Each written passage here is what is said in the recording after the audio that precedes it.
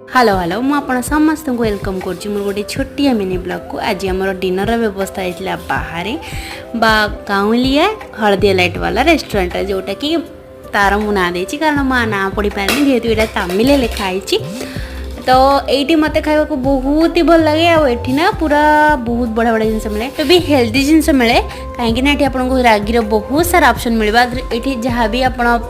देखु डोसा इडली जहाँ भी आइटम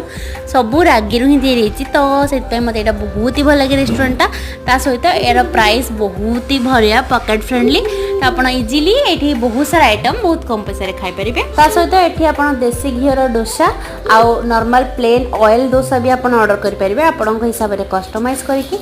टेस्ट हिसाब से तो बहुत बढ़िया पॉकेट फ्रेंडली जेहेतु आम बहुत सारा जिन ऑर्डर कर खाइल जल्दी जल्दी खाई फिनिश कर कारण बहुत ही टेस्टी थिला बाहर पड़ला मो घर के रही नमस्कार जय जगन्नाथ।